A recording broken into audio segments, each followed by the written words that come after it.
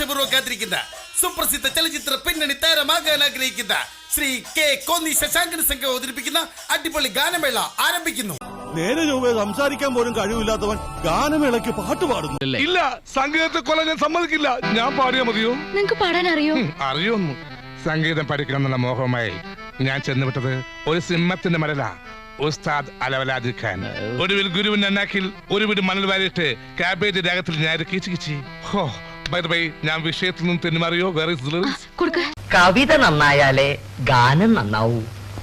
ഈയിടെ ഞാൻ തന്നെ എഴുതി ഞാൻ തന്നെ ട്യൂൺ ചെയ്ത ഒരു സാധനം ഉണ്ട്, കേൾപ്പിക്കാം. ആക്ഷൻ. അവൻ തന്നെയല്ലേ ഇവൻ? അവൻ തന്നെയാ. അവൻ എവിടം വരെ പോകും നോക്കാം. മുത്തശ്ശി, ഇതാ ഞാൻ പറഞ്ഞ ആള്.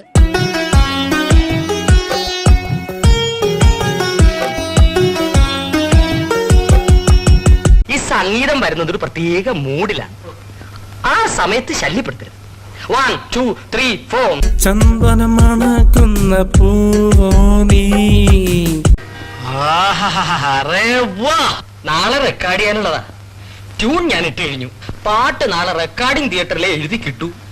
സാധനം എങ്ങനെയുണ്ട്? ഉഗ്രൻ. കരിമി അഴകേ പൊന്നേ നീയൻ സുന്ദരിയോ. വയലാർ എഴുതുമോ ഇതുപോലെ?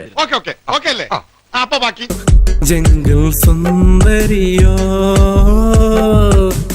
ജംഗിൾ സുന്ദരിയോ. ഇങ്ങനെ പാടിയാൽ ദൈവം പോലും നിന്നെ ശപിക്കും തോമ. അന്യരെ ദ്രോഹിക്കരുതെന്നാണ് ബൈബിളിൽ പറഞ്ഞിരിക്കുന്നത്. ജംഗിൾ സുന്ദരിയോ.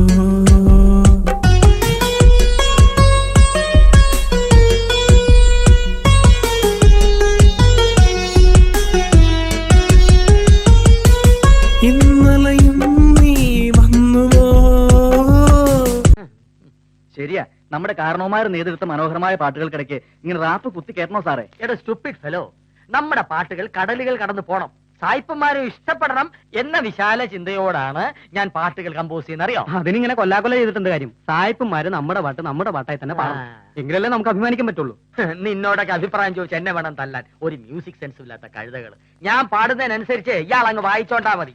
കിനാവിൻ ജാലകം തുറന്നുവോ പൊന്നേ പെണ്ണേ ഉയിരിൻ കണ്ണേ നീയോ എൻ സുന്ദരി.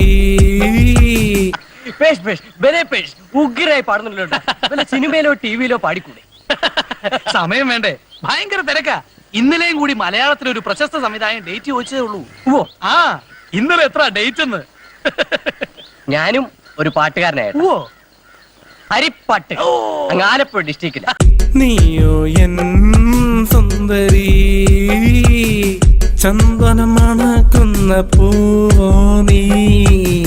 കരിമി അഴകേ പൊന്നേ നീയൻ സുന്ദരിയോ. എന്നാലും പഹയാ, മലയാളത്തിൽ നിനക്ക് ഇത്ര വിവരം ഉണ്ടെന്ന് വിചാരിച്ചിട്ടില്ല. കളിപ്പാട്ടം വല്ലതായിരുന്നു, ബാറ്ററി എങ്കിലും ഊരിയിടായിരുന്നു.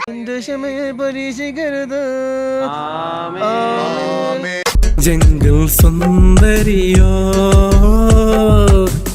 ജംഗിൾ സുന്ദരിയോ. നല്ല ശബ്ദം, നല്ല ശബ്ദം. നിനക്ക് ജോലിയൊന്നും കിട്ടിയില്ലേലും ഇതുകൊണ്ട് ജീവിക്കാം. അത് തൈപ്പറമ്പുകാരൻ ഇപ്പോഴാണോ മനസ്സിലായത്? നിനക്കൊരു ചാൻസ് ഉണ്ട്, വേണ? സിനിമയെ പാടാനായിരിക്കും. അല്ല, ഞങ്ങളുടെ പാടത്ത് പശുവിനെ ഓടിക്കാൻ. ആരുടെ പാട്ട് കേട്ടാണ് പശു ഓടുന്നത്? നാളെ കാവിലെ പാട്ട് മത്സരത്തിന് കാണാം. അങ്ങനെ ഒന്നും ഞാനും ആലോചിക്കാതിരുന്നില്ല. അപ്പൊ എല്ലാം പറഞ്ഞ പോലെ. ഇപ്പോൾ ഞാൻ പോകുന്നു, പക്ഷെ പൂർവാധികം ശക്തിയോടെ ഈ OP വളച്ച തിരിച്ചു വരും.